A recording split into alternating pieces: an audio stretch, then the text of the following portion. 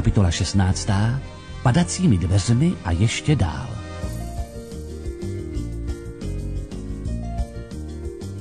V příštích letech si Harry nikdy nebyl sto tak úplně vybavit, jak vůbec dokázal složit všechny zkoušky, když napůl očekával, že se každou chvíli rozletí dveře a dovnitř vpadne Voldemort. Dny se však vlekly jeden za druhým a nebylo pochyb, že za zamčenými dveřmi je chloupek ještě pořád naživu a při síle. Bylo úmorné vedro, hlavně ve velké učebně, kde psali písemky. Na zkoušky dostali nová brka, zvlášť ošetřená kouzlem proti podvádění. Skládali ovšem i praktické zkoušky. Profesor Kratiknoc je po jednom volal do své učebny, aby mu předvedli, jestli dokážou, aby ananas stepal po lavici. Profesorka McGonagallová zase sledovala, jak studenti mění myš v tabatěrku na šňupací tabák a dávala jim body podle toho, jak se jim povedla, a naopak jim je odčítala, pokud tabatěrka měla vousky. Snape všechny znervoznil, když jim stál za zády, zatímco oni se snažili vzpomenout si, jak se připravuje lektvar zapomnění. Harry dělal, co bylo v jeho silách, a snažil se nemyslet na řezavou bolest na čele, která ho od výpravy do lesa nepřestávala sužovat. Neville si o něm myslel, že je tak nervózní kvůli zkouškám, poněvadž nemohl spát. Ve skutečnosti však Harryho znovu a znovu probouzela jeho stará noční můra. Teď však byla ještě horší než dřív, poněvadž se mu v onom snu zjevoval i zakuklenec, kterému od úst kapala krev. Možná to bylo tím, že Ron a Hermiona na vlastní oči neviděli to, co Harry spatřil v lese, nebo proto, že je na čele nepálila žádná jizva. Nezdálo se však, že by se kvůli kameni znepokojovali tolik jako on. Pomyšlení na Voldemorta je sice děsilo, neobjevoval se však co chvíli v jejich snech a opakování ke zkouškám je tak zaměstnávalo, že neměli čas dělat si starosti, co Snape nebo někdo jiný mají za lubem. Jako poslední skládali zkoušky z dějin čar a kouzel. Ještě hodinu museli odpovídat na otázky o potřeštěných kouzelnících, kteří kdysi dávno vynalezli samomíchací kotlíky, a pak už je čekalo volno. Volno po celý nádherný týden, než budou vyhlášeny výsledky zkoušek. Když je duch profesora Bince vyzval, aby odložili brka a stočili své pergameny, Harry se neudržel a spolu s ostatními výskal radostí. Bylo to daleko snažší, než jsem si myslela, mínila Hermiona, když se připojili k houfu, jenž se vyhrnul do slunečného dne venku. Vůbec jsem se nemusela učit o řádu chování vlkodlaku z roku 1637 ani o povstání Alfrika Horlivého. Hermiona si po zkouškách vždycky ráda ještě procházela písemky. Ron však prohlásil, že se mu z toho dělá na nic, a tak se raději vypravili k jezeru a tam si lehli pod strom. Weasleyova dvojčata a Lee Jordan právě lechtali na chapadlech obří sépii, která se vyhřívala na teplé mělčině. Už si nemusíme nic opakovat, vzdychl Ron šťastně a natáhl se do trávy. Měl by se stvářit veseleji, Harry. Máme teď celý týden, než se dozvíme, jak jsme to zvrtali. Zatím si nemusíme dělat starosti. Harry si mnul čelo. Rád bych věděl, co tohle má znamenat. Vybuchl hněvivě. Ta jizva mě nepřestává bolet. Už se mi to stávalo dřív, ale ne tak často. Zajdi si za Madame Pomfreyovou. Nejsem nemocný. Myslím, že je to varování. Znamení, že se blíží nebezpečí. Rona to nedokázalo vzrušit, bylo příliš horko. Uklidni se, Harry. Hermiona má pravdu. Dokud je tu Brumbál, kámen je v bezpečí. Ostatně nemáme žádný důkaz, že by Snape zjistil, jak projít kolem chloupka. Už jednou málem přišel o nohu, takže to sotva hnedka zkusí znovu. A spíš bude Neville hrát fanfrpál za Anglii, než aby Hagrid prozradil Brumbálovo tajemství. Harry přikývl, nedokázal se však zbavit vtíravého pocitu, že něco zapomněl udělat, něco velice důležitého. Když se to pokusil ostatním vysvětlit, Hermiona řekla: Za to všecko můžou zkoušky. Já se včera v noci probudila a stačila jsem přečíst polovinu svých poznámek o přeměňování, než jsem si vzpomněla, že tu zkoušku už máme za sebou. Harry si nicméně byl jist, že onen neklidný pocit nemá se zkouškami co dělat. Pozoroval sovu, která po zářivě modrém nebi letěla ke škole s nějakým vzkazem v zobáku. Hagrid byl jediný, kdo mu kdy posílal dopisy, a Hagrid by Brumbála nikdy nezradil. Hagrid by nikdy nikomu neřekl, jak projít kolem chloupka. Nikdy. Ale... A v tu chvíli byl na nohou. Kam jdeš? Zeptal se Ron ospale. Právě mě něco napadlo, odpověděl Harry bledý jako stěna. Musíme hned teď za Hagridem. A proč? Vyhrkla Hermiona a vyskočila také, aby o něco nepřišla. Nepřipadá vám trochu divné? Řekl Harry a namáhavě stoupal do travnatého svahu. že když Hagrid ze všeho nejvíc stojí od raka, objeví se nějaký cizinec, který čirou náhodou má v kapse vejce? Kolik lidí chodí po světě s dračím vejcem, když je to proti kouzelnickým zákonům? Měl opravdu štěstí, že natrefil zrovna na Hagrida? Proč jsem si to neuvědomil dřív? Jak to myslíš? Zeptal se Ron. Harry mu však neodpověděl a utíkal přes školní pozemky k lesu, jak nejrychleji mohl.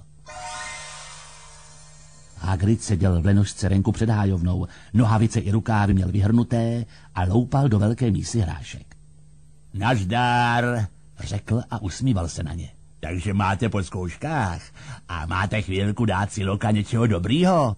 Ano, prosím, zvolal Ron. Harry ho však přerušil. Ne, Hagride, máme naspěch, ale potřebuji se tě na něco zeptat.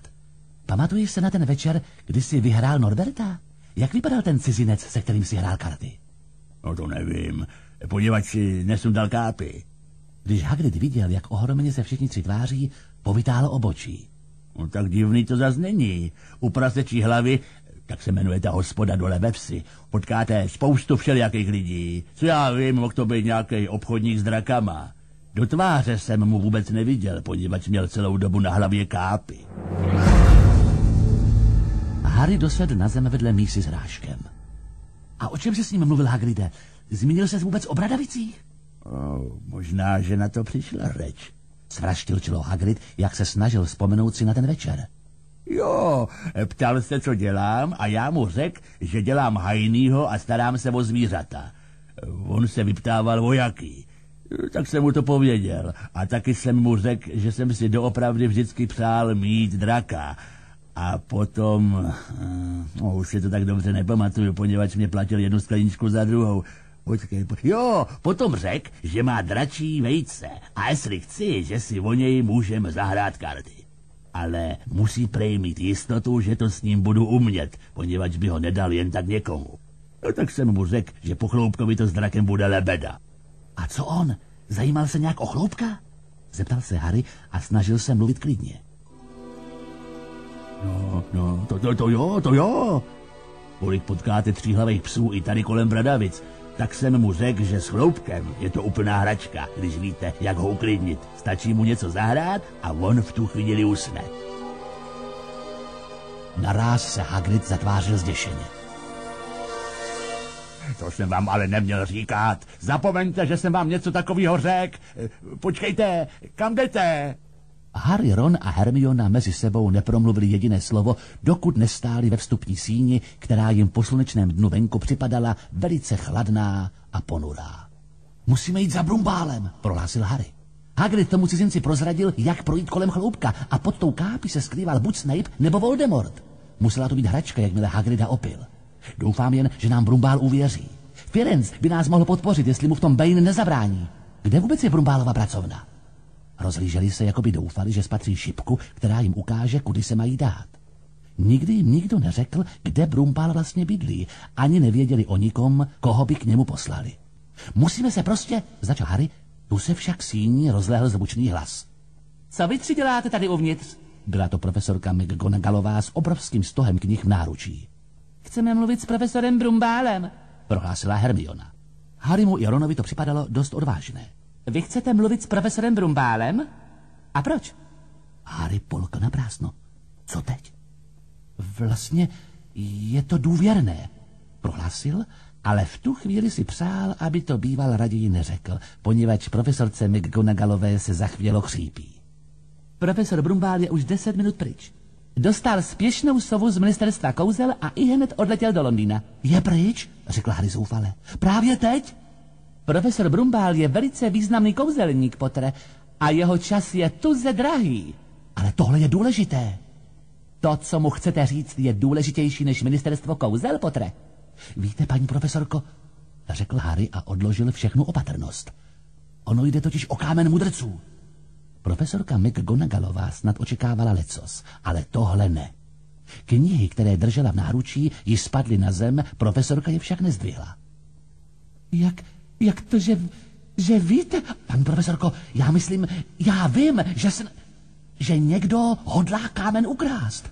Musíme mluvit s profesorem Brumbálem. Podívala se na něj napůl ohromeně, napůl podezíravě. Profesor Brumbál se vrátí zítra. Nevím, jak jste se o kameni dozvěděli, ale ujišťuji vás, že ho nikdo ukrást nemůže. Na to je víc než dobře střežený. Ale paní profesorko, vím, o čem mluvím, Potre, řekla úsečně. Sehnula se a pozbírala spadlé knihy. Doporučuji vám, abyste všichni šli raději ven a užívali si sluníčka. Harry, Ron a Hermiona to však neudělali. Bude to dnes večer, řekl Harry, jakmile měl jistotu, že profesorka McGonagallová je z doslechu. Snape dnes večer projde padacími dveřmi. Ví už všecko, co potřebuje, a teď je z cesty i Brumbál. Ten vzkaz poslal určitě Snape. Vsadím se, že se na ministerstvu kouzel budou náramně divit, až se tam Brumbál objeví. Ale co můžeme... Hermiona vyjekla.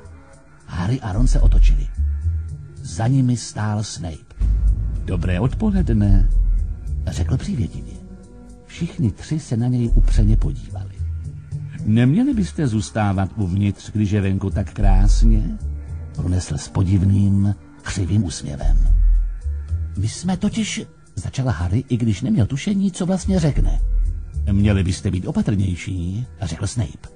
Když se to budete takhle potloukat, leckdo si ještě pomyslí, že asi máte něco za lubem a Nebelvír si už opravdu nemůže dovolit ztrácet další body. Co říkáte? Harry zrudl. Už se otočili, že tedy půjdou ven, Snape je však zavolal zpátky. Dejte si pozor, Potre. Jestli se ještě jednou budete v noci toulat po škole, osobně se postarám, aby vás vyloučili. Přeji vám pěkný den. A dlouhými kroky zamířil ke zborovně. Venku na kamenných schodech se Harry obrátil k ostatním. Takže už víme, co máme dělat, zašeptal naléhavě. Jeden z nás bude hlídat Snape'a, musí čekat před zborovnou a sledovat ho, pokud vyjde ven. To by si měla vzít na starosti, Hermiono. Proč já? To je přece jasné, řekl Ron. Můžeš předstírat, že čekáš na profesora Kratiknota, nasadil vysoký hlas. Pane profesore, já jsem z toho tak nešťastná. Myslím, že jsem popletla otázku 14b. Hele, nech si toho, řekla Hermiona. Souhlasila však, že bude Snape'a hlídat. A my dva počkáme před chodbou ve 3. poschodí, řekl Harry Ronovi. Pojď.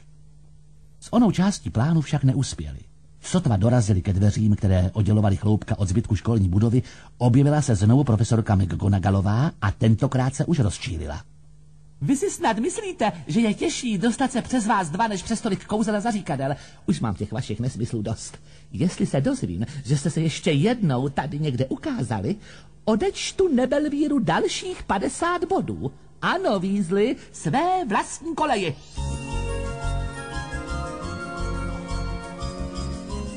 Harry a Ron se vrátili do společenské místnosti.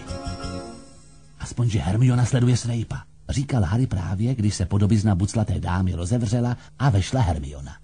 Ani nevíš, jak mě to mrzí, Harry, naříkala. Snape vyšel ven a zeptal se, co tam dělám. Řekla jsem mu, že čekám na Kratiknota a Snape pro něj došel. Teprve teď mě Kratiknot pustil a já nemám tušení, kam Snape mezi tím zmizel. Takže je to jasné, že? Poznamenal Harry. Ron a Hermiona na něj upředně pohlédli. Harry byl bledý a oči se mu leskly. Dnes večer půjdu ven a zkusím dostat se ke kameni dřív než on. Ty se zbláznil, řekl Ron. To přece nemůžeš, namítla Hermiona. Potom, co nám řekli Snape i McGonagallová, vždyť tě vyloučí.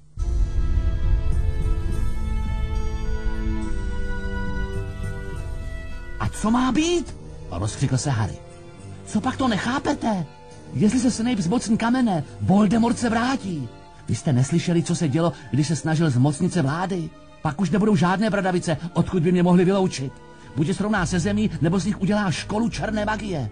Teď už přece nesejde na tom, jestli ztratíme nějaké body. Myslíte, že nechá vás a vaše rodiny na pokoji, pokud Nebelvír získá školní pohár? Jestli mě někdo chytí dřív, než se dostanu ke kameni, budu se muset vrátit k Dursleyovým a čekat, až mi tam Voldemort objeví. Prostě jen umřu o trochu později než tady, poněvadž já k mocnostem zla nikdy nepřejdu. Dnes večer těmi padacími dveřmi projdu a nic, co vy dva řeknete, mě nezastaví. Voldemort mi zabil rodiče, na to nezapomínejte. Díval se na ně planoucím pohledem. Máš pravdu, Harry, špitla Hermiona.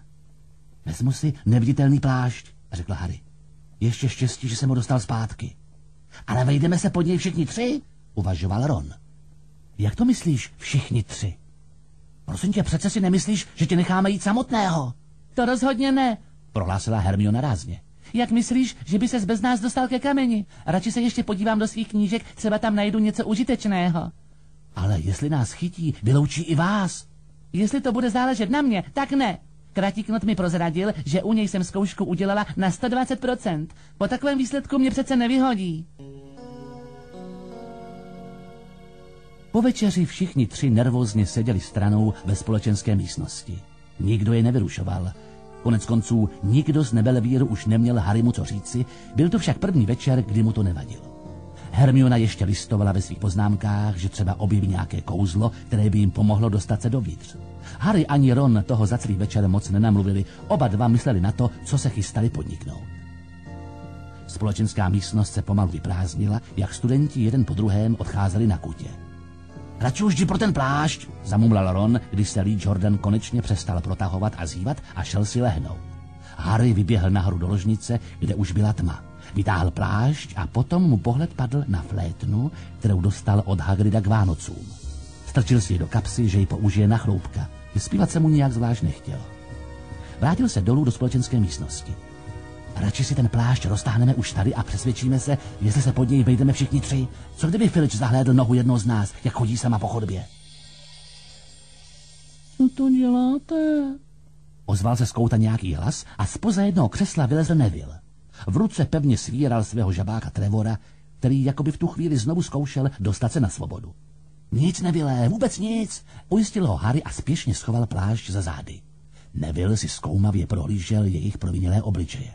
Vy už zase jdete ven? Ne, popřela Hermiona. Nejdeme nikam. A proč ty ještě nejsi v posteli, Neville?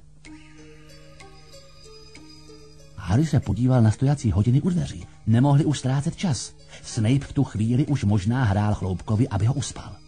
Nesmíte jít ven, nebo vás zase chytnou a Nebelvír na tom bude ještě hůř. Ty nechápeš, jak je to důležité, řekl Harry. Neville si však očividně dodával odvahu, aby udělal něco zoufalého. Já vám to nedovolím, řekl a spěšně se postavil před tajný vchod v podobizně. I kdybych se s vámi měl poprat. Neville, vybuchl Ron. Jdi od toho vchodu a nechovej se jako hlupák.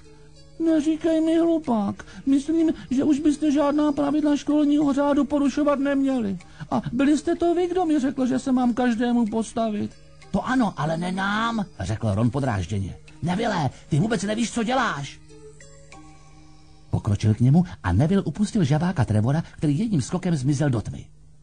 Tak pojď a zkus mě uhodit, řekl Neville a zdvihl pěsti. Čekám na tebe.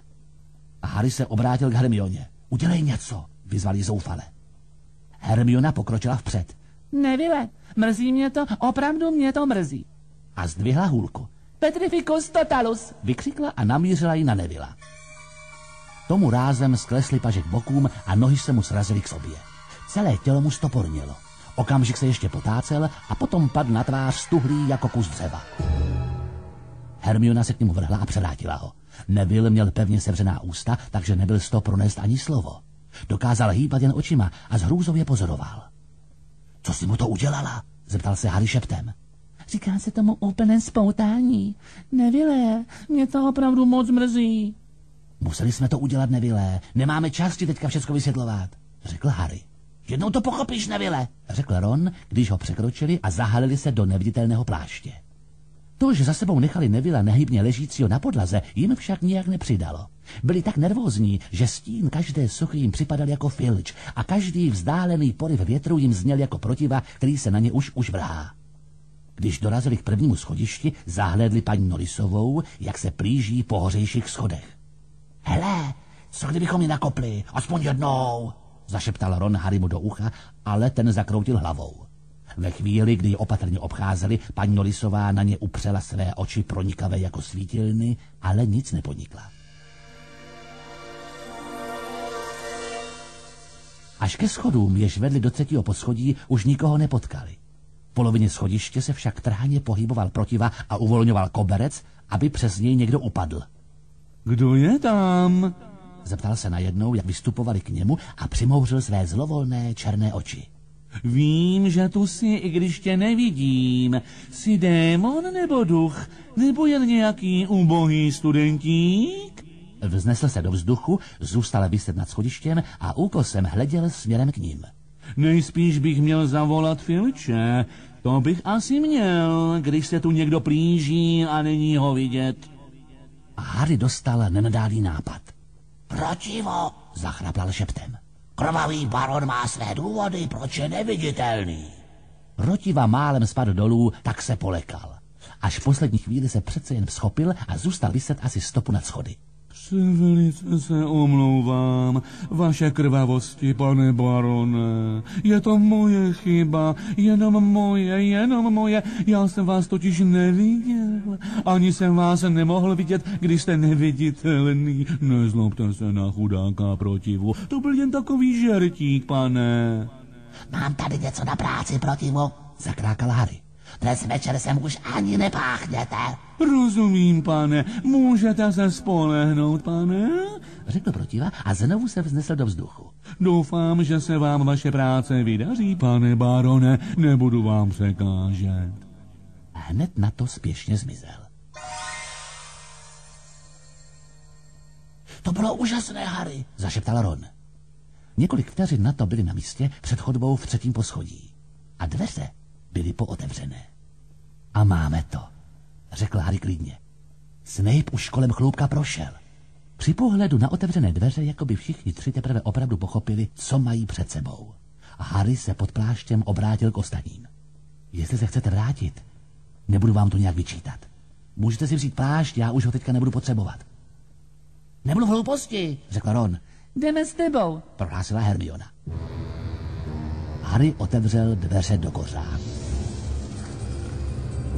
Jak dveře zaskřípaly, zaslechli naráz hluboké, temné vrčení. Všechny 3 psí hlavy zběsile čenichaly směrem k nim, i když je nemohli vidět. Co to má u nohou? Zašeptala Hermiona. Vypadá to jako harfa, řekl Ron.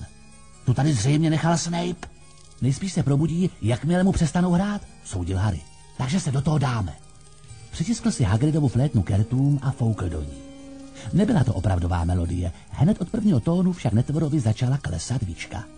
Harry sotva stačil nabírat dech. Pes vrčel míň a míň, až přestal úplně. Ještě chvíli vrávoral, potom však klesl na kolena a nakonec se svalil na podlahu a tvrdě usnul. No, abys přestal hrát, varoval Harry Ron, když vyklouzli spod pláště a plížili se k padacím dveřím. Jak se přiblížili k obrovským hlavám, zřetelně cítili psův horký, páchnoucí dech.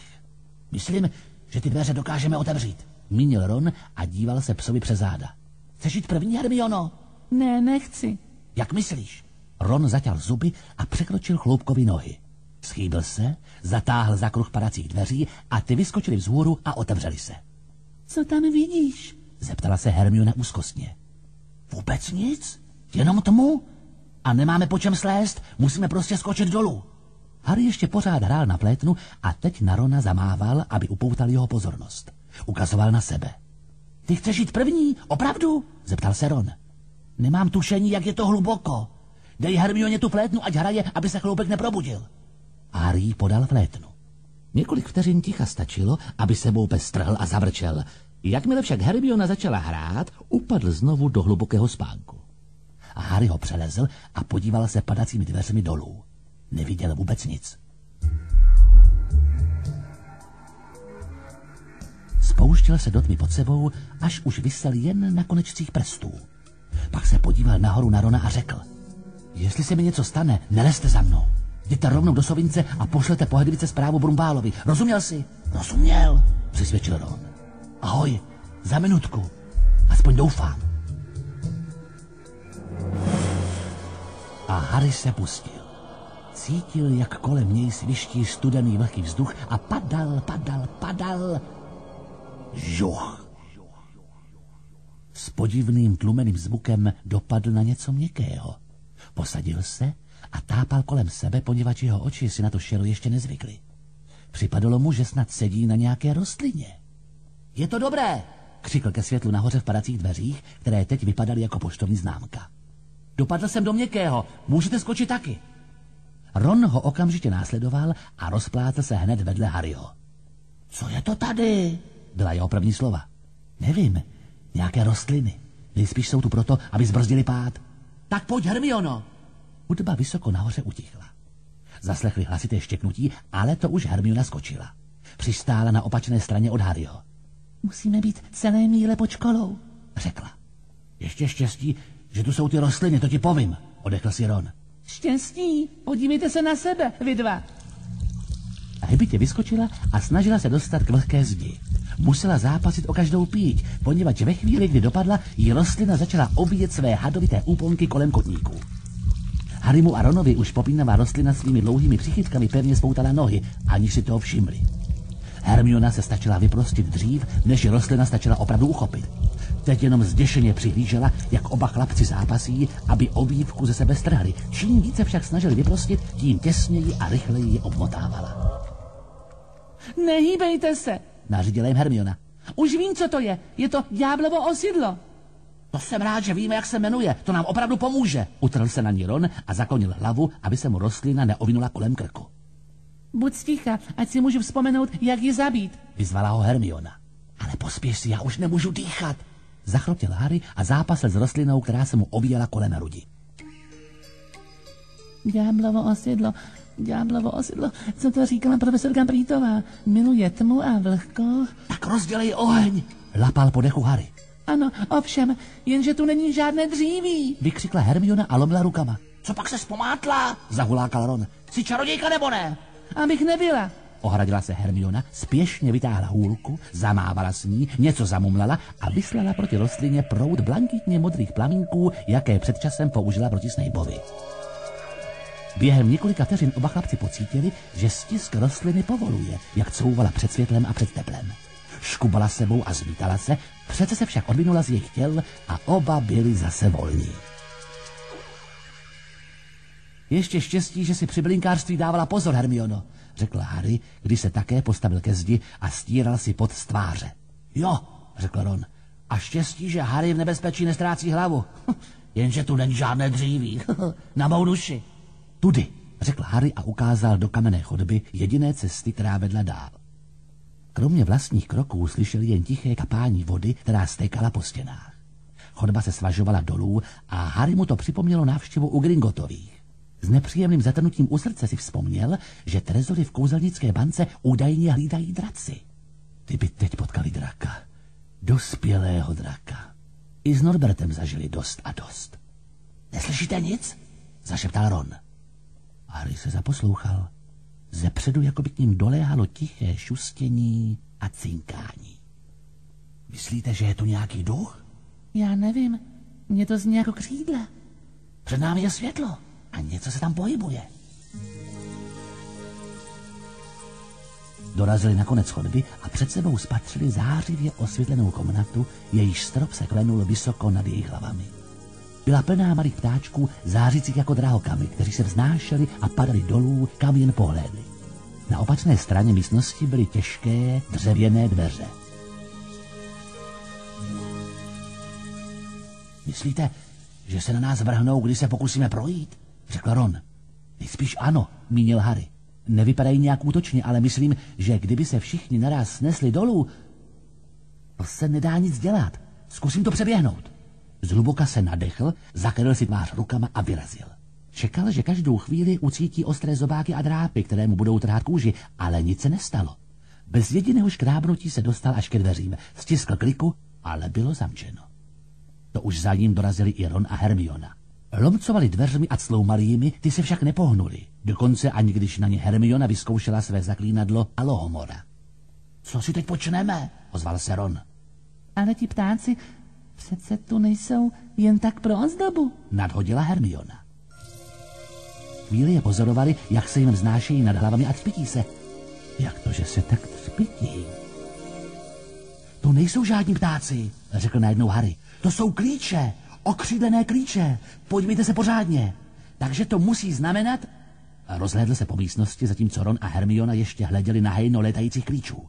Ano, podívejte se. Košťata, musíme si klíč ke dveřím chytit. Ale jsou jich stovky. Ron si prohlédl zámek na dveřích. Hledáme veliký, staromódní klíč, nejspíš ze stříbra, jako ta klika. Každý z nich uchopil jedno koště, odrazili se a pak už se vznášeli uprostřed mračna klíčů. Natahovali ruce a chňapali po nich, začarované klíče však uhýbali nebo zaspadali střemhlav dolů tak rychle, že bylo málem nemožné chytit třeba jen jediný. Nenadarmo byl ovšem Harry nejmladším chytačem za celé století. Byl to postřehnout, co jiní neviděli. Sotva minutu se proplétal vírem duhového peří, když zahlédl obrovský stříbrný klíč s ohnutou rukojetí, jako by ho už někdo chytil a surově vrazil do klíčové dírky. To je on! Křikl na ostatní. Tamhle ten veliký. Tam ne, tamhle, ten s jasně modrými křídly. Na jedné straně má peří úplně zmuchlané. Ron spěšně vyrazil směrem, kterým Harry ukazoval, narazil do stropu a málem spadl z koštěte. Musíme na něj všichni najednou, křikl Harry a nespouštěl oči z klíče s pochromanou rukojetí. Rone, ty po něm jdi ze zhora. Hermiono, zůstaň pod ním a nepusť ho dolů. A já se ho pokusím chytit. Pozor, teď! Ron se vrhl střemhlav dolů a Hermiona vyrazila vzhůru. Klíč ohnul oběma a Harry se za ním vrhl jako blesk. Klíč spěšně vyrazil ke stěně, Harry se však naklonil dopředu a s ošklivým prskavým zvukem ho jednou rukou přimáčkl k kamenné zdi. Ron a Hermiona nadšeně vykřikli a po celé vysoké síni se rozlehla ozvěna. Rychle se snesli dolů a Harry doběhl ke dveřím. Klíč v ruce se mu ještě pořád pokoušel klást odpor. Vší silou ho vrazil do zámku a otočil jím. Podařilo se.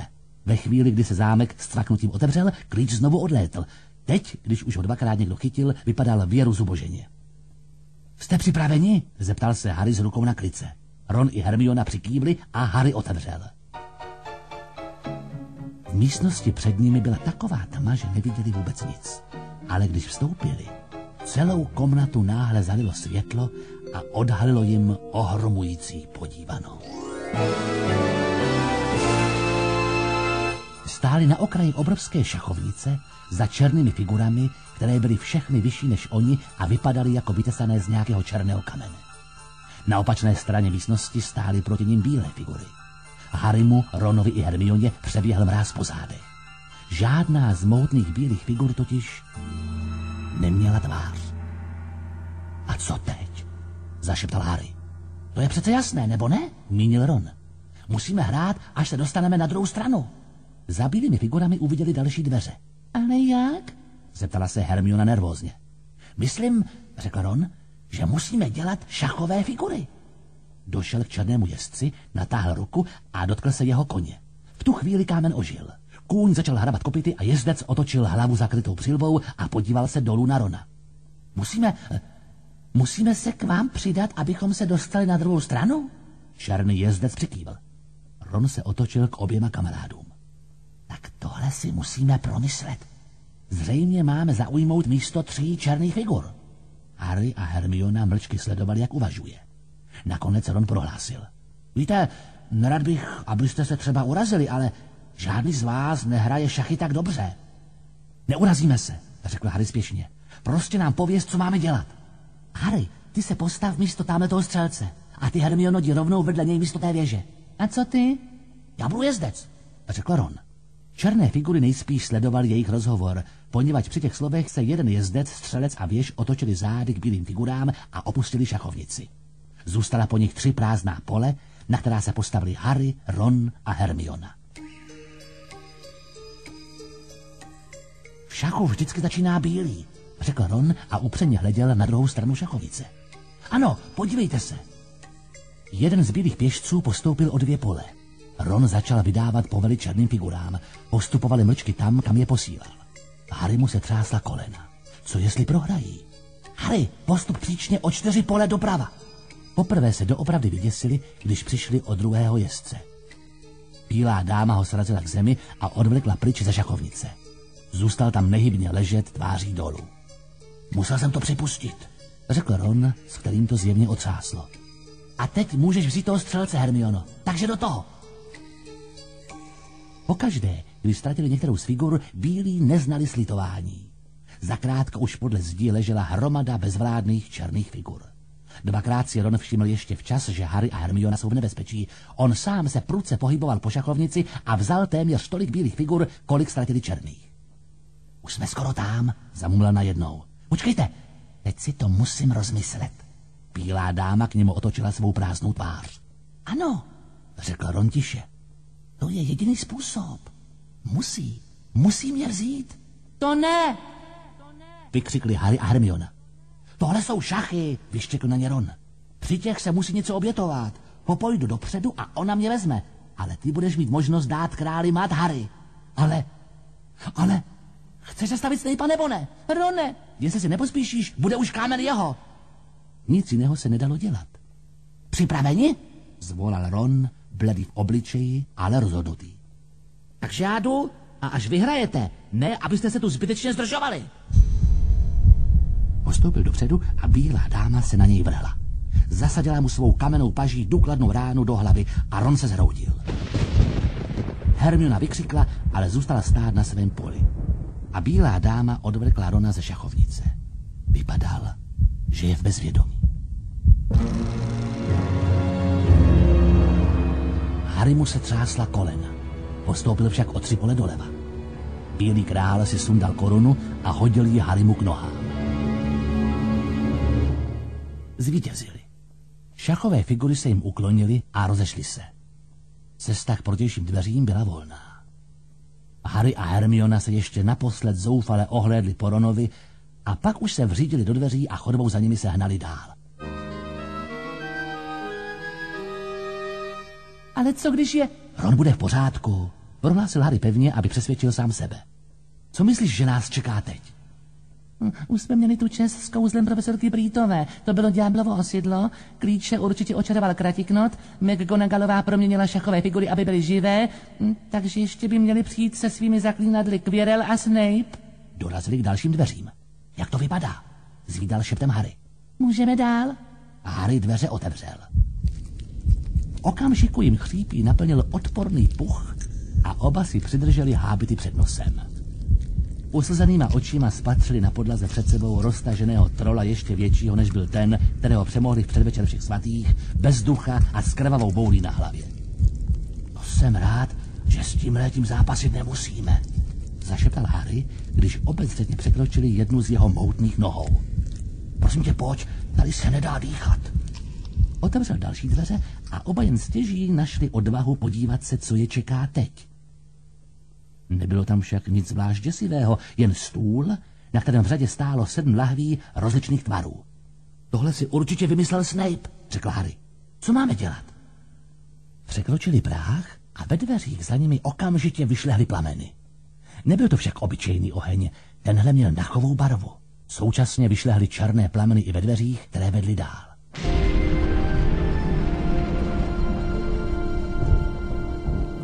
Byli v pasti.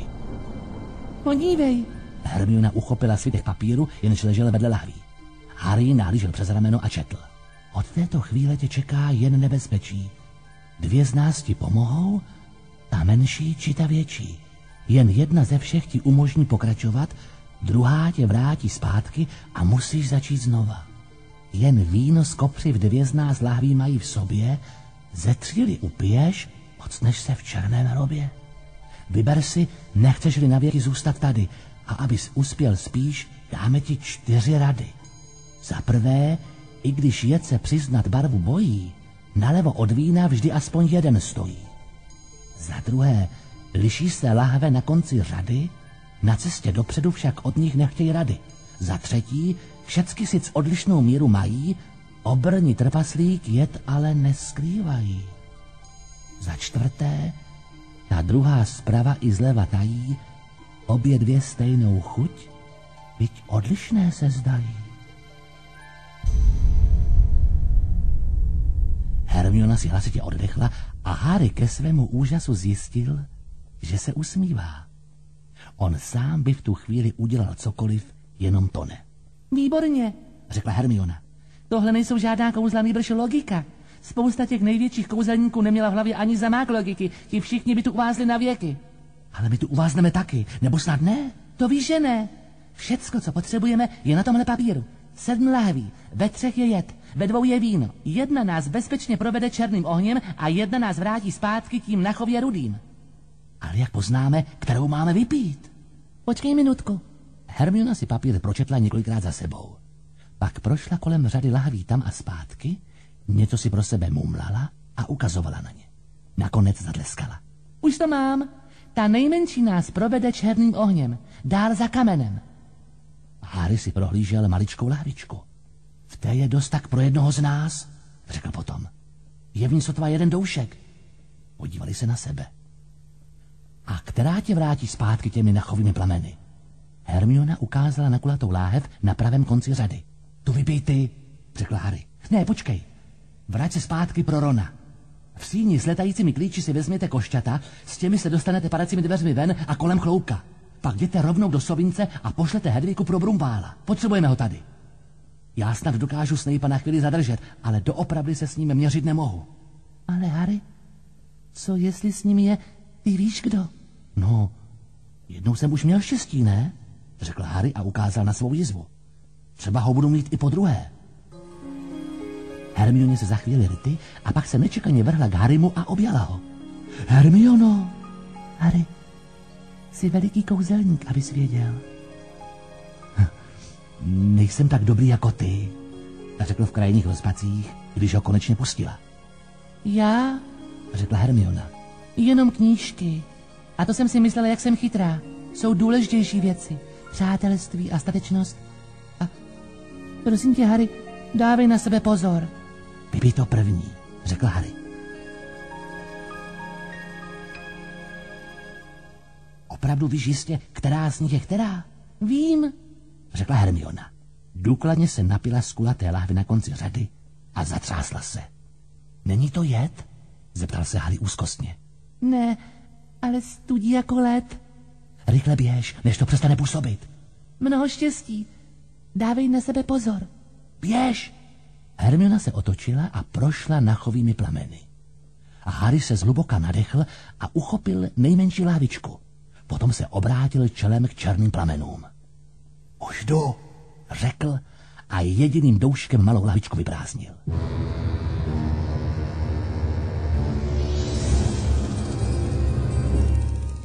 Jako by mu opravdu proudil v žilách led. Postavil lahvičku zpátky a vykročil. Dodal si odvahy a uviděl černé plameny, které ho celého olizovali, ale necítil je. Na okamžik neviděl nic než temný oheň a pak byl náhle na druhé straně v poslední komnatě. Někdo tam už byl, ale nebyl to Snape. Dokonce to nebyl ani Voldemort.